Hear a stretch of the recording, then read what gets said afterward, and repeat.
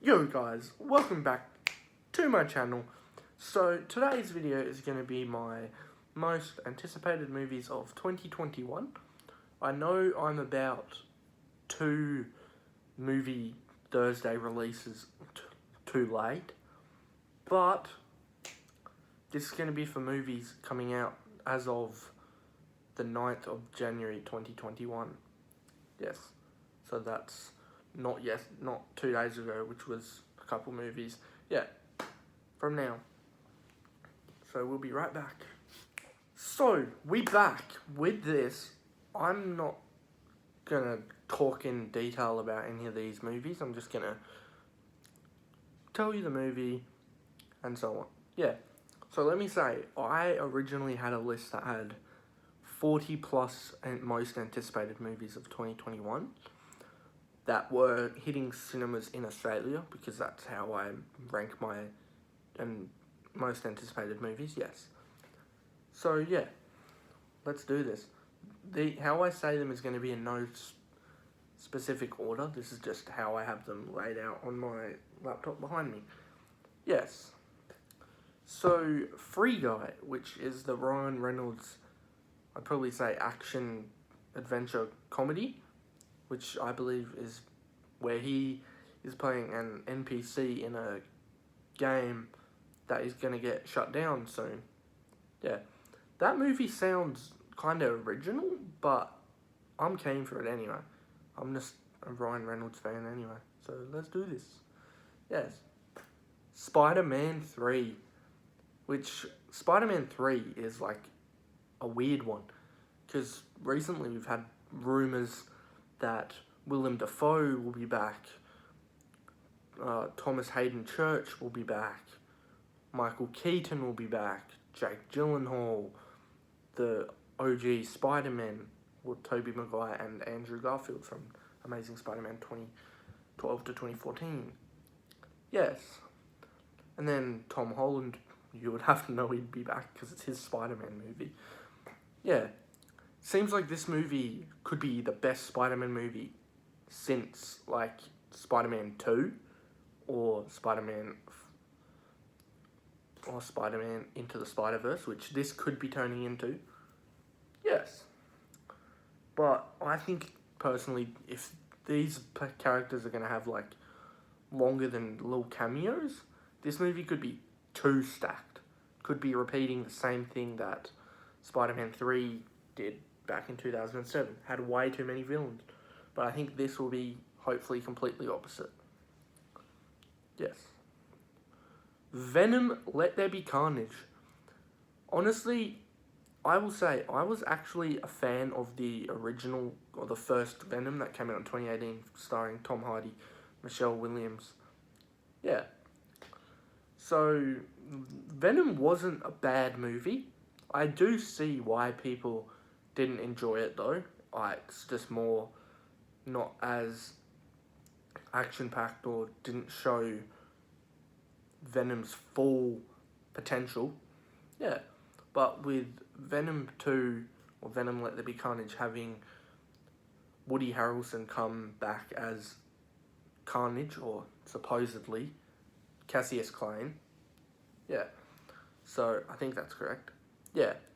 So, Venom Let There Be Carnage could be a good movie. It was in my most anticipated movies of 2020, but since everything got pushed back, yeah, I'm keen for it. Let's hope it's a bit better than Venom, even though I enjoyed it. Top Gun Maverick. We've been waiting 34 years when it would have came out, but it's going to be 35 years when it comes out. Yeah, I wasn't even around or a thought when Top Gun came out in 1986. Yeah, Tom Cruise. As you probably know, I'm a big fan of Tom Cruise. I recently got the Mission Impossible Blu-ray box set. Yeah, there's another Tom Cruise movie popping up later in this list. Yes. Gonna be an interesting thing to see if Val Kilmer comes back, his girlfriend from the first movie comes back, which probably won't happen. yeah, just to see if it can recreate like the same energy it had. If it's going to be, hopefully, I don't know. I think they said that there won't be no volleyball scene anymore. Yeah, because this movie's going to be more serious. But yeah, I'm keen. The next one is The Suicide Squad, which is a standalone sequel, but it's also an actual sequel to Suicide Squad that came out in 2016, starring Margot Robbie, Jai Courtney, Joel Kinnaman, yeah, and so many other people. But this one is directed by Guardians 1 and 2 director James Gunn, who I think with him being the director, he's going to push the limits of the Suicide Squad. Because I know, I saw a picture that there's like going to be 10 to 15 characters just in the movie. King Shark, Polka Dot, and so on, yeah. So I think this movie's going to go brutal on like the killing or that shit, but it's going to be good. I was honestly a fan of the Suicide Squad. Or Suicide Squad in 2016 with Jared Leto as the Joker. Yeah. So I will probably go into this having not having too much high hopes, but I try not to go into movies with high anticipations, just so I can enjoy it. Yes. The next one is going to be a surprising one. It is Space Jam: A New Legacy.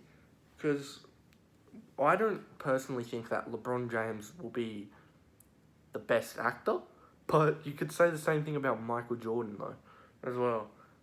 I think it's gonna be a fun ride. I think they've potentially gonna aim this towards like younger adults and like younger teenagers. But yeah, I think it's gonna be a ride for the ages, because if it turns out it's gonna be like a multiverse jumping movie where they they see the Mask, the Matrix, and all that shit, it sounds like it could be a pretty good movie.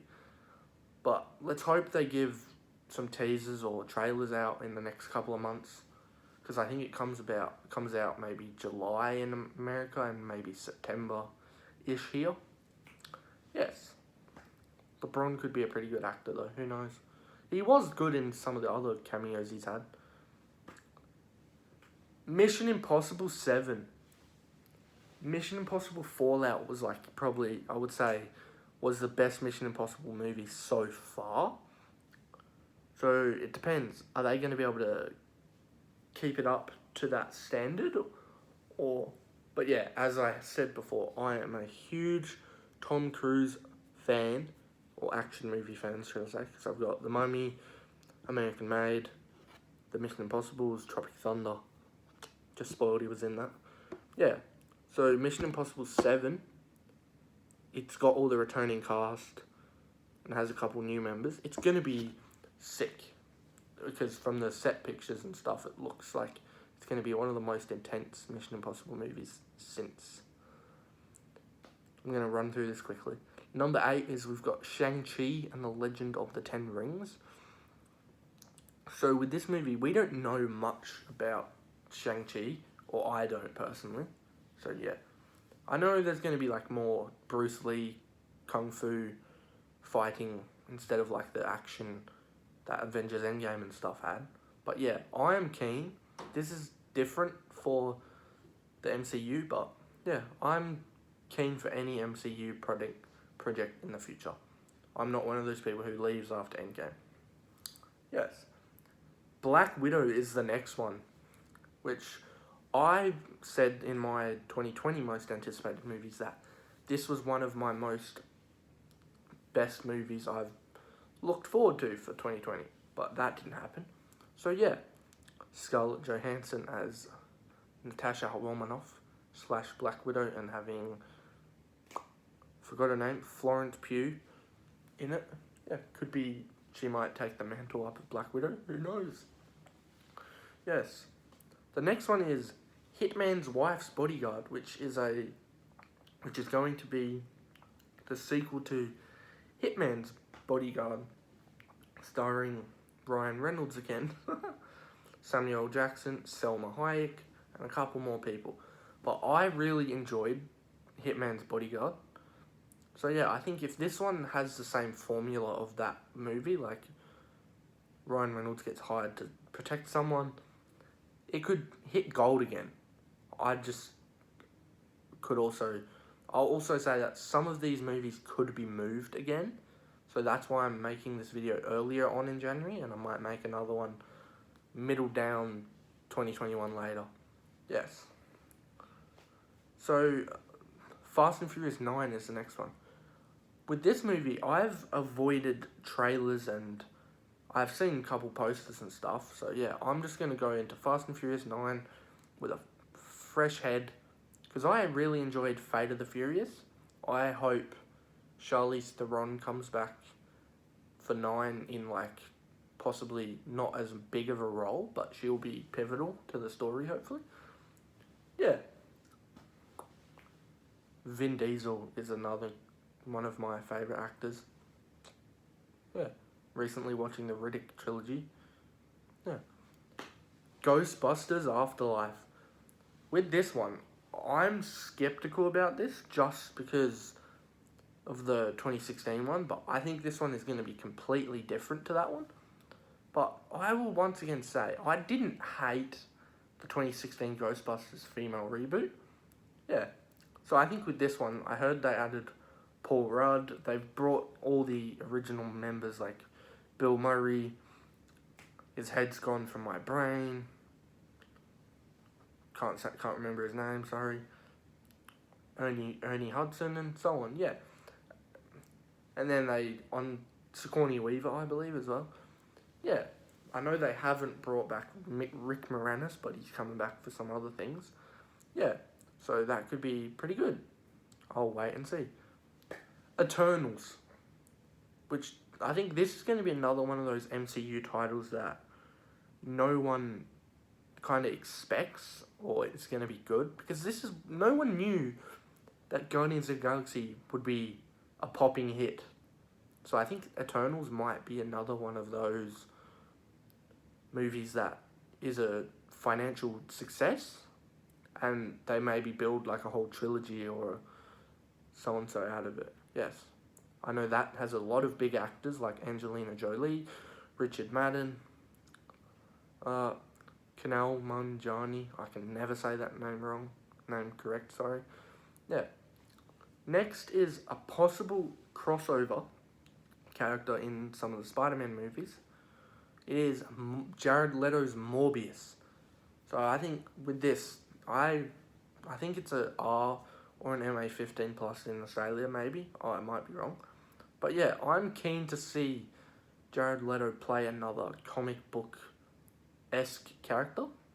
And yeah, Morbius could be pretty good. The last of my... because I had to cut my list down, like I said before. It is the latest James Bond movie, you probably know now. It is No Time to Die, which is going to be Daniel Craig's final appearance as James Bond, 007. Martini, shaken, not stirred. Yes, so I'm keen for this, even though I will say I've watched bits and pieces of Spectre and Skyfall. I will have to rewatch them before watching this one. But yeah, so No Time to Die looks like an action-packed movie for the 2.5 hours, I believe it is. Yes, we'll be right back. Thanks for watching this video, guys. If you enjoyed this kind of content from me, you can click the little red subscribe button down below. But as I've said in probably my last 100 or so videos, I'm not forcing you, but I'd really appreciate it. Thanks. I'll see you next time.